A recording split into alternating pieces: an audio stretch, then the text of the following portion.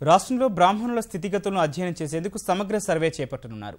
ప్రభుత్వ సలహాదారు కెవి రమణాచారి అధ్యక్షతన జరిగిన బ్రాహ్మణ సంక్షేమ పరిషత్ మొదటి సమావేశంలో ఈ మేరకు తీర్మానించారు.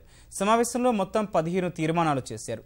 సంక్షేమం కోసం తీసుకోవాల్సిన చర్యలపై చర్చించేందుకు ఈ నెల 26న హిమాయత్ నగర్ బాలాజీ భవన్లో అన్ని బ్రాహ్మణ సంఘాలతో చర్చించాలని నిర్ణయించారు.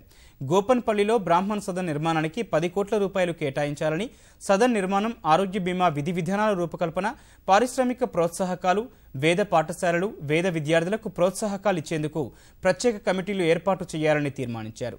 విదేశాల్లో ఉన్నత విద్యను అభ్యసించే బ్రాహ్మణ విద్యార్థులకు 20 లక్షల రూపాయల వరకు ఉపకార వేతనాలు ఇవ్వాలని, పోటీ పరీక్షల కోసం కోచింగ్ తీసుకునే వారికి వసతి సౌకర్యం కల్పించాలని పరిషత్ తీర్మానించింది.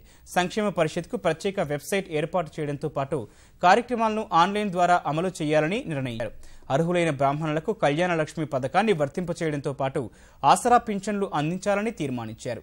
అంతర్జాతీయ, జాతీయ, రాష్ట్ర స్థాయిలో విశిష్ట పురస్కారాలు పొందిన వారికి ₹1,00,000 ప్రోత్సాహకం ఇవ్వడంతో పాటు 10వ తరగతి, ఇంటర్మీడియట్, డిగ్రీ, పీజీ, వృత్తి విద్యా కోర్సులో మొదటి స్థానంలో నిలిచిన వారికి సరస్వతి విశిష్ట ప్రశస్తి పథకం అమలు చేయాలని నిర్ణయించారు.